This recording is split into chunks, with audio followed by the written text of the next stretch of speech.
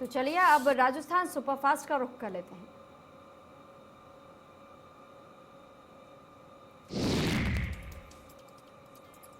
प्रधानमंत्री नरेंद्र मोदी ने दूसरे कार्यकाल का पहला कैबिनेट विस्तार किया है। मंत्रिमंडल विस्तार का कार्यक्रम राष्ट्रपति भवन में आयोजित किया गया। इस दौरान 43 मंत्रियों को शपथ दिलाई गई।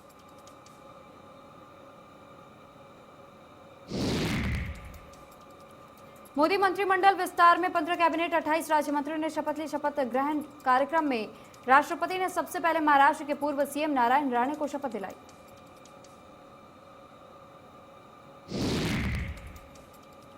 जिसके बाद सर्बानंद सोनोवाल, ज्योतिरादित्य सिंधिया समेत कई नेताओं ने कैबिनेट मंत्री पद की शपथ ली। अनुप्रिया पटेल, कौशल किशोर समेत 28 सांसदों ने राज्य मंत्री के तौर पर शपथ ली। मोदी मंत्रिमंडल के विस्तार में कुल 7 महिला मंत्रियों को शपथ दिलाई गई, तो वहीं सहयोगी दल से 3 मंत्री बनाए गए हैं। पहले से सरकार में शामिल 7 मंत्रियों को प्रमोशन किया गया है। मोदी मंत्रिमंडल विस्तार में कई नए चेहरों की एंट्री हुई है। शपथ के दौरान राष्ट्रपति भवन में पीएम मोदी, गृह मंत्री अमित शाह, रक्षा मंत्री राजनाथ सिंह समेत कई नेता मौजूद रहे।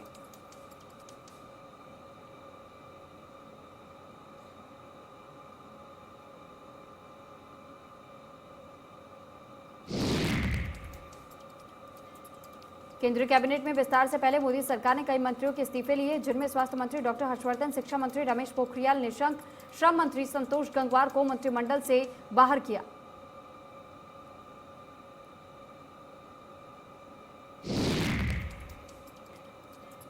मोदी मंत्रिमंडल से रासायनिक उर्वरक मंत्री सदानंद गौड़ा, शिक्षा और सूचना प्रौद्योगिकी राज्य मंत्री संजय धोत्रे, सामाजिक न्याय और अधिकारिता मंत्री थावरचंद गहलोत का भी इस्तीफा लिया गया।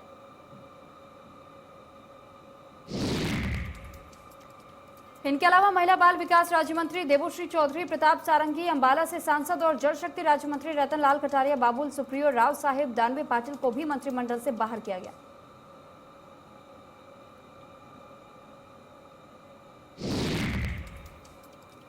मोदी मंत्रिमंडल में विस्तार के बाद पूर्व आईएएस अधिकारी अश्विनी वैष्णव ने रेल मंत्री के रूप में कार्यभार संभाला। वैष्णव को रेल के अलावा आईटी और संचार मंत्रालय का कार्यभार भी सौंपा गया।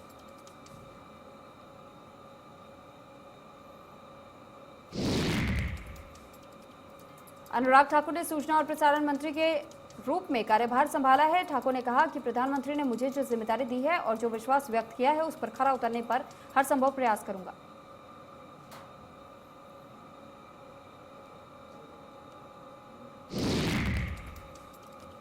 किरण रिजिजू ने कानून और न्याय मंत्री के रूप में कार्यभार संभाला। रिजिजू ने कहा है कि हर मंत्रालय और हर पद की अपनी गरिमा होती है। प्रधानमंत्री ने मुझ पर जो भरोसा जताया है, उस पर खरा उतरना मेरे सामने एक चुनौती है। वहीं रिजिजू ने कहा है कि मैं कानून और न्याय में जोड़ रहा हूं, लेकिन प्रयास जारी रहेगा। खेल विभाग का समय यादगार रहा, टीम अच्छी थी, भारत को खेल का विजय बनाने का प्रधानमंत्री का सपना होगा पूरा।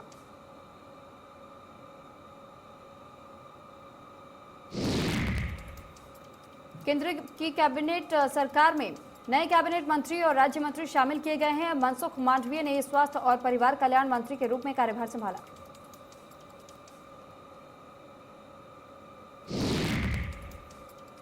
कार्यभार संभालने के बाद मांडविया ने कहा कि माननीय प्रधानमंत्री ने मुझे स्वास्थ्य मंत्रालय की जिम्मेदारी दी है। मैं स्वास्थ्य मंत्री के रूप में प्रधानमंत्री की अपेक्षा के अनुरूप काम करने की कोशिश करूंगा।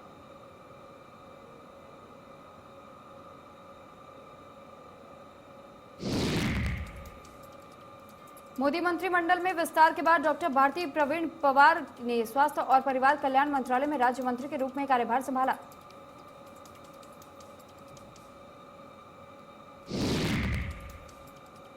वहीं जी किशन रेड्डी ने संस्कृति और पर्यटन मंत्री के रूप में कार्यभार संभाला।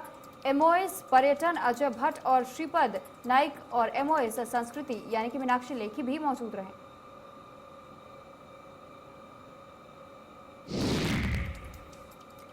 मीनाक्षी लेखी ने विदेश मंत्रालय के लिए केंद्रीय राज्य मंत्री के रूप में पदभार ग्रहण किया है। लेखी ने अपने तरफ से कहा है कि महिलाओं को बड़ी जिम्मेदारी दी गई है।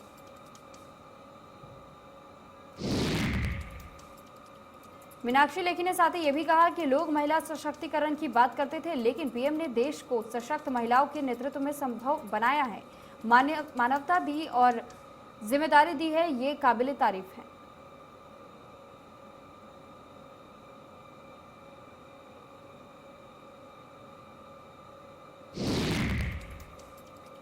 नारायण राणे ने सूक्ष्म लघु और मध्यम उद्यम मंत्री के रूप में कार्यभार संभाला। राणे ने कहा कि मंत्रिमंडल में जगह देने के लिए मैं प्रधानमंत्री का शुक्रिया अदा करता हूं।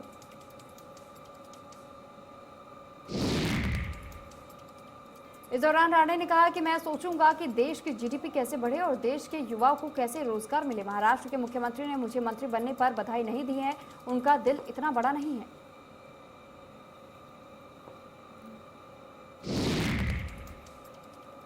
राजीव चंद्रशेखर ने इलेक्ट्रॉनिक्स और सूचना प्रौद्योगिकी राज्य मंत्री का कार्यभार संभाला। राजीव चंद्रशेखर ने 2018 में भारतीय जनता पार्टी के सदस्य ग्रहण की थी और वो पार्टी के राष्ट्रीय प्रवक्ता भी हैं।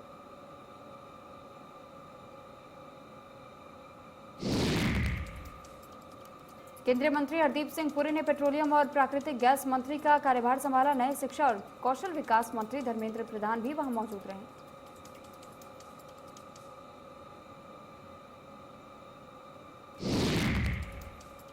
जम्मू कश्मीर में पिछले 24 घंटे में सुरक्षा बलों ने 5 आतंकियों को मार गिराया। 3 अलग अलग एनकाउंटर्स में आतंकियों को ढेर किया गया।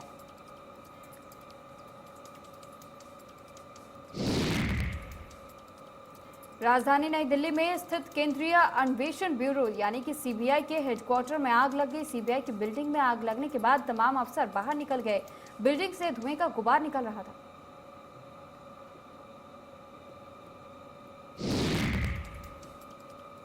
पेट्रोल डीजल के बढ़ते दामों ने आम आदमी की कमर तोड़ दी है। दिल्ली में पेट्रोल के दाम 35 पैसे बढ़कर 100 रुपए 56 पैसे प्रति लीटर हुआ। वहीं डीजल 9 पैसे बढ़कर 89 रुपए 62 पैसे प्रति लीटर हुआ।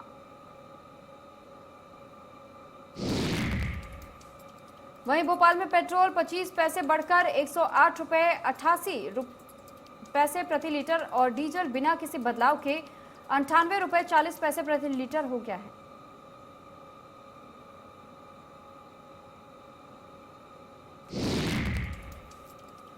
हिमाचल प्रदेश के 6 बार मुख्यमंत्री और पूर्व केंद्रीय मंत्री रहे वीरभद्र सिंह का आज तड़के निधन हो गया।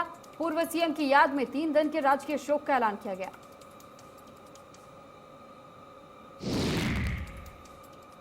हिमाचल प्रदेश के पूर्व सीएम वीरभद्र सिंह के निधन पर पीएम मोदी ने ट्वीट कर दुख जताया। पीएम ने लिखा, सिंह जी का लंबा राजनीतिक जीवन था। उनके पास समृद्ध प्रशासनिक और विधायी अनुभव था।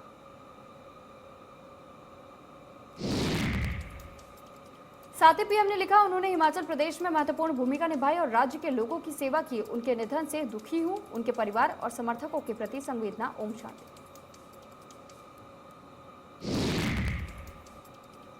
हिमाचल प्रदेश के पूर्व सीएम वीरभद्र सिंह के निधन पर सीएम गहलोत ने ट्वीट कर दुख जताया। सीएम ने लिखा, पूर्व मुख्यमंत्री और कांग्रेस के वरिष्ठ नेता श्री के निधन से गहरा दुख हुआ है।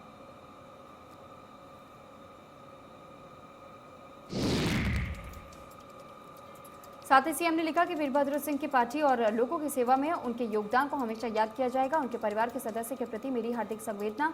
वे मजबूत बने रहें, उनकी आत्मा को शांति मिले।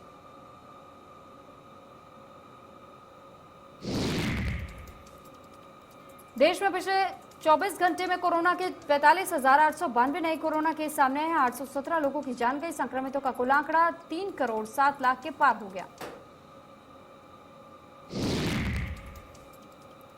दिल्ली में पिछले 24 घंटे में कोरोना के 93 नए मामले सामने आए हैं। वहीं 4 मरीजों की जान गई। संक्रमितों का कुल आंकड़ा 14 लाख के पार हो गया है। रिकवरी रेट 98.19% है। महाराष्ट्र में पिछले 24 घंटे में कोरोना के 9,558 नए मामले सामने आए हैं। वहीं 147 लोगों की कोरोना से मौत हुई है। एक्टिव मामलों की संख्या 1,14,000 के पार।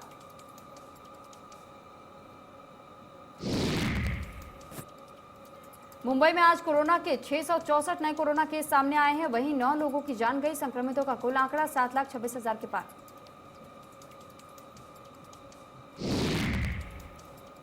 देश में पिछले 24 घंटे में कोरोना वायरस की 33,81,671 लोगों को वैक्सीन लगाई जा चुकी है। टीकाकरण का कुल आंकड़ा अब 36,48,47,549 हुआ।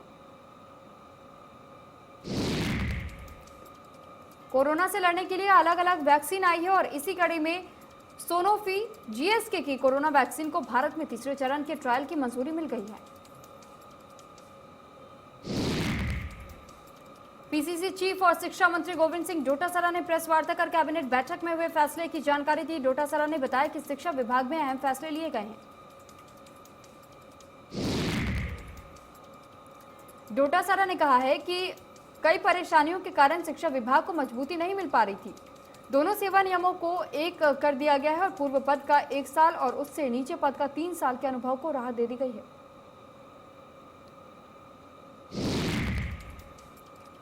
राजस्थान अधीनस्थ सेवा नियम और राजस्थान शिक्षा सेवा नियमों में बदलाव किए गए हैं। उन्होंने कहा कि खाली पद रहने की समस्या का समाधान किया है।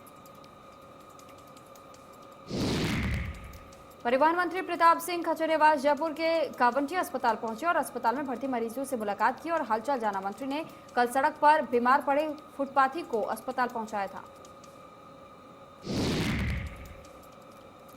कोटा में संगबोधा विधायक भरत सिंह और एडीएम सिटी आरटी मीणा के बीच चल रहे विवाद को लेकर के एमएलए भरत सिंह ने देहात कांग्रेस कार्यकर्ताओं के साथ कलेक्टर पर प्रदर्शन किया और एडीएम सिटी को हटाने की मांग की।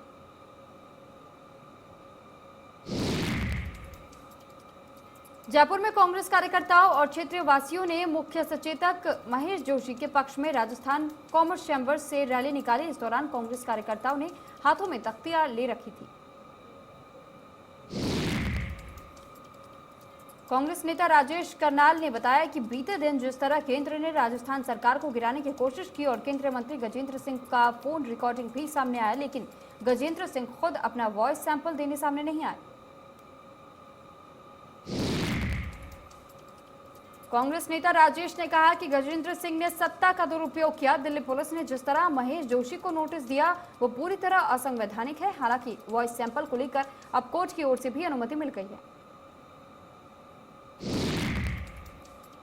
उन्होंने कहा कि जयपुर की जनता महेश जोशी के साथ है और अगर केंद्र सरकार ने राजस्थान सरकार को गिराने का काम किया जाएगा तो जयपुर की जनता भी शांत रहने वाली नहीं है। सड़कों पर उतरकर केंद्र सरकार के खिलाफ प्रदर्शन करेंगे। यूडीएच मंत्री शांति धारीवाल कोटा दौरे पर है। इस दौरान उन्होंने पटरी पार क्षेत्र का दौरा किया और लोगों की समस्याएं सुनकर अधिकारियों को समस्या का निराकरण करने के निर्देश जारी किए।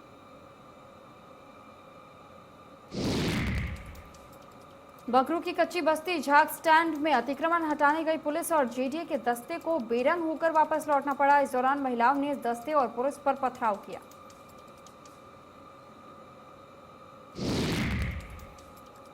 श्रीगंगानगर के गंगा सिंह चौक पर पानी की मांग को लेकर किसानों ने महापड़ाव डाला। किसानों को 1 महीने से गंग नहर में सिंचाई के लिए पर्याप्त पानी नहीं मिल पा रहा था।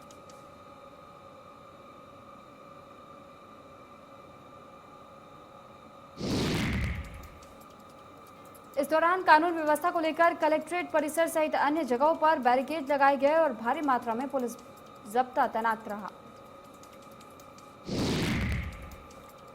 सीकर में संयुक्त किसान मोर्चा के आह्वान पर महंगाई के खिलाफ प्रदर्शन किया गया। बीकानेर हाईवे पर जिला कलेक्ट्रेट के बाहर सीकर इकाई ने गैस सिलेंडर और ढोल बजाकर केंद्र सरकार के खिलाफ नारेबाजी की।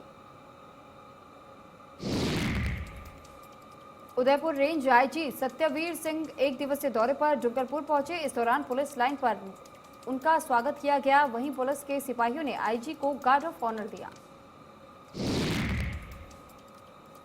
इसके बाद आईजी ने पुलिस लाइन में एसपी सुधीर जोशी और एएसपी अशोक मीणा के साथ बैठक करते हुए 12 जुलाई को प्रदेश के डीजी के उदयपुर संभाग के संभावित दौरे की तैयारियों को लेकर के चर्चा की।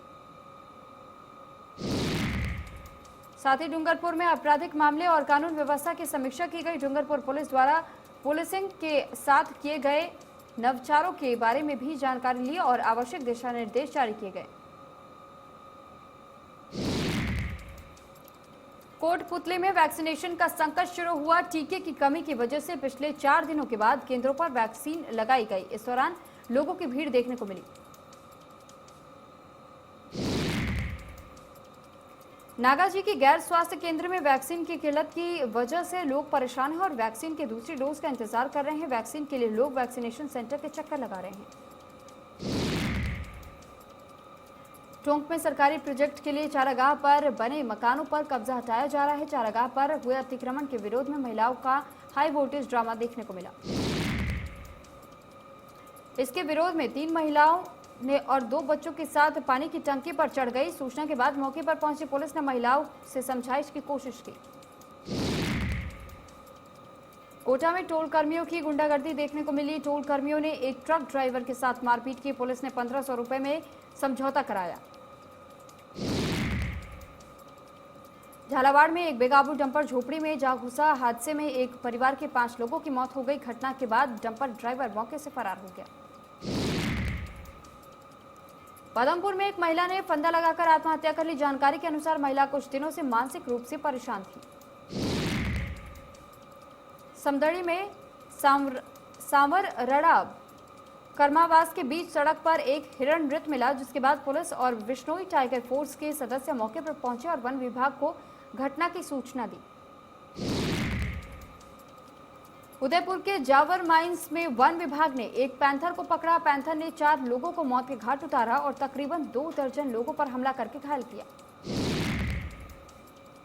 पैंथर को पकड़ने के लिए वन विभाग के अधिकारियों ने क्षेत्र का दौरा किया और रणनीति बनाई और उसी के तहत पैंथर को पकड़ने में कामयाबी मिली। पैंथर को पकड़ने के लिए 4 ट्रैंक्लाइज टीम बनाई गई। 80 से ज्यादा का स्टाफ 24 घंटे जंगल में सर्च अभियान कर रहा था। 20 ट्रैप कैमरों से पैंथर की हरकतों पर नजर रखी जा रही थी। पूर्व सीएम दिग्विजय सिंह ने ज्योतिरादित्य सिंधिया को मंत्रिमंडल में शामिल करने पर उन्हें बधाई दी। साथ ही दिग्गज मंत्रियों के इस्तीफों पर भी उन्होंने अपनी प्रतिक्रिया व्यक्त की।